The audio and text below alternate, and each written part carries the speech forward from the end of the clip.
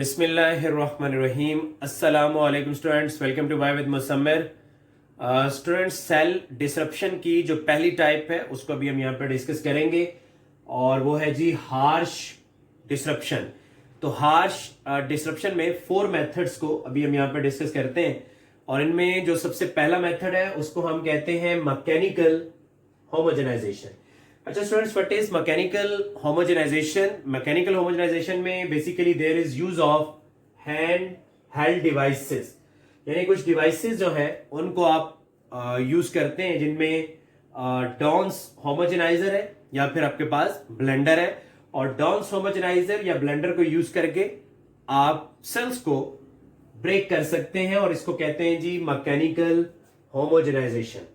अच्छा students, mechanical homogenization में आप नॉन सीड प्लांट्स और इसके साथ साथ जो सॉफ्ट टिश्यूज हैं उनको, जैसे कि लिवर वगैरह की टिश्यूज, उनको आप क्या कर सकते हैं जी, ब्रेक कर सकते हैं इस मैकेनिकल होमोजेनाइजेशन के जरिए।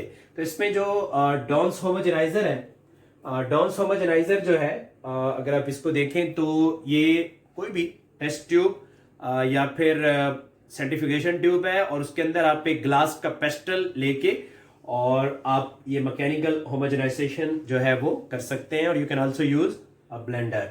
ओके जी, इसके बाद सेकंड मेथड हमारे पास है, इसको हम कहते हैं जी फ्रेंच प्रेस।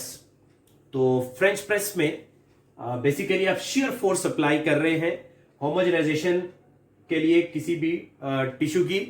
तो इसमें किया यह जाता है कि आप जो सेल का सस्पेंशन है, सेल का सस्पेंशन बनाएं और उसको आप फोर्सफुली मूव करवाएं एक नैरो गेज सिरिंज के अंदर से।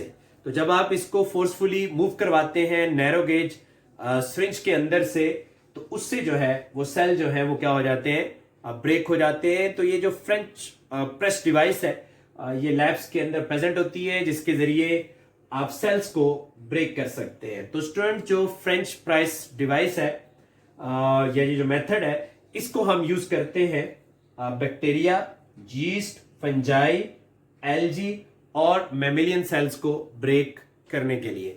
अच्छा, इसी तरह से थर्ड जो मेथड है हमारे पास हार्श डिसरप्शन का, उसको हम कहते हैं सोनिकेशन। तो सोनिकेशन में बेसिकली क्या होता है जी, इसमें short burst of ultrasonic waves है, उनको जो है हम क्या करते हैं, ये यूज करते हैं। अल्ट्रासाउंड वेव्स जो है उनके जरिए हम सेल को ब्रेक करते हैं in the process of sonication. अब होता ये है कि ये जो प्रोसेस है सोनिकेशन का, ये जिस डिवाइस के अंदर किया जाता है उसको हम कहते हैं सोनिकेटर, और वो जो सोनिकेटर है वो कुछ अल्ट्रासाउंड वेव्स जो है वो जनरेट करता है, और वो जो अल्ट्रासाउंड वेव्स हैं उनको हम यूज करते हैं सेल को ब्रेक करने के लिए। और होता यह है कि जब भी आप सोनिकेशन के प्रोसेस के जरिए सेल को ब्रेक करते हैं तो लार्ज अमाउंट ऑफ हीट उस टाइम पे रिलीज होती है, और उस हीट को भी आपने इस प्रोसेस के दौरान मैनेज करना होता है। तो ये प्रोसेस जो है वो हम यूज करते हैं एल्गी और मैमेलियन सेल कल्चर में सेल को ब्रेक करने के लिए। अच्छा, इसी तरह से हमारे पास फोर्थ मेथड है जिसको हम कहते हैं ग्राइंडिंग, और ग्राइंडिंग के मेथड में हम पेस्टल एंड मोर्टर का यूज जो है वो करेंगे, और पेस्टल एंड मोर्टर के जरिए जो है हम सेल को क्या कर सकते हैं जी, ब्रेक कर सकते हैं। तो स्टूडेंट, ये बहुत इफेक्टिव मेथड है ऑल टाइप ऑफ टिश्यूज के लिए, यानी हर किस्म के टिश्यूज को आप इससे ब्रेक कर सकते हैं। इवन कि आप सीड्स वगैरह के जो कि काफी हार्ड होते हैं उनको भी आप इस मेथड के जरिए यानी ग्राइंडिंग के जरिए उनको ब्रेक कर सकते हैं, और उनका होमोजेनियस मिक्सचर जो है वो आप प्रिपेयर कर सकते हैं। तो अभी हम इससे जो सेकंड टाइप है उसको हम यानी सॉफ्ट डिसरप्शन, उसको हम डिस्कस करेंगे।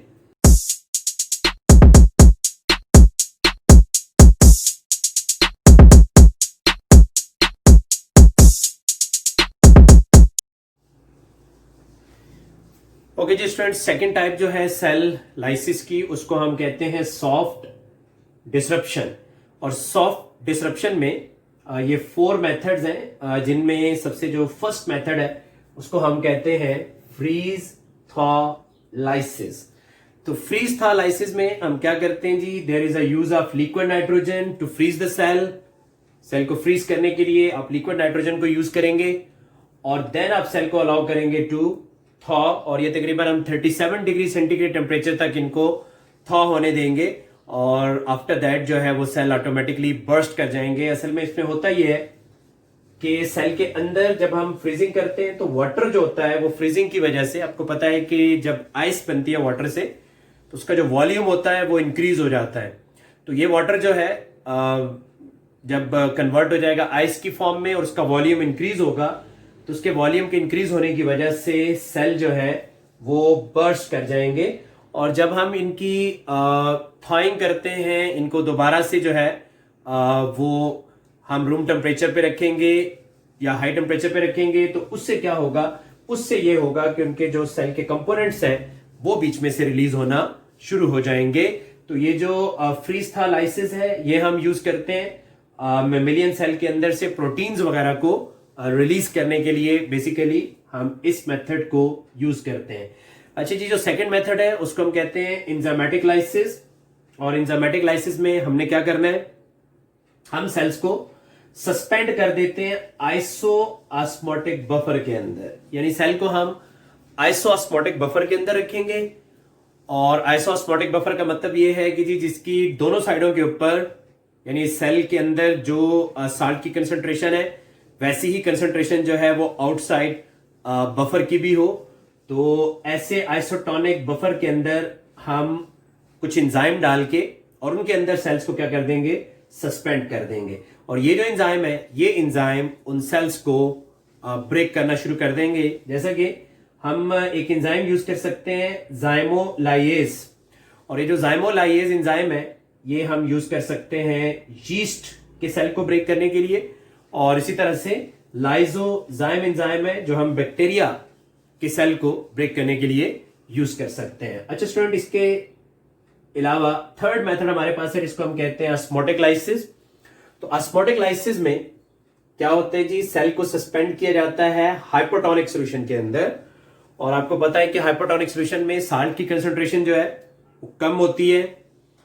सेल के बाहर वाली साइड पे जब साल्ट की कंसंट्रेशन कम होगी तो अंदर जो सेल है वहां साल्ट की कंसंट्रेशन सेल के अंदर वाले एनवायरनमेंट में क्योंकि ज्यादा है, वाटर जो है वो सेल के अंदर एंटर होना शुरू हो जाएगा और उससे सेल जो है वो स्वेल कर जाते हैं और उस स्वेलिंग की वजह से वो सेल जो है वो बर्स्ट कर जाते हैं। और जब सेल बर्स्ट कर जाएंगे तो इसको हम कहते हैं जी ऑस्मोटिक लाइसिस। तो ऑस्मोटिक लाइसिस हम मैमेलियन सेल्स को बर्स्ट करने के लिए इस ऑस्मोटिक लाइसिस को हम यूज कर सकते हैं। इसी तरह से हमारे पास होती है जी फोर्थ मेथड है डिटर्जेंट लाइसिस का। तो स्टूडेंट जो डिटर्जेंट लाइसिस है उसमें आप डिटर्जेंट को यूज करते हैं और आपको पता है कि डिटर्जेंट में इस किस्म के केमिकल्स होते हैं जो कि सेल की जो सेल मेम्ब्रेन है उसको सॉल्युबलाइज कर देते हैं, यानी ये सेल मेम्ब्रेन को डिसॉल्व कर लेंगे। और अगर हमने कंप्लीटली सेल को ब्रेक करना है तो देन हम उसके बाद सोनिकेशन का प्रोसेस जो है वो कर सकते हैं। तो ये भी मैमेलियन सेल कल्चर के लिए एक इफेक्टिव मेथड्स है। तो ये 4 मेथड जो है यानी freeze, thaw lysis, enzymatic lysis और इसी तरह से ऑस्मोटिक लाइसिस और डिटर्जेंट लाइसिस, ये बेसिकली जो है वो सॉफ्ट डिस्ट्रप्शन के कुछ मेथड्स हैं।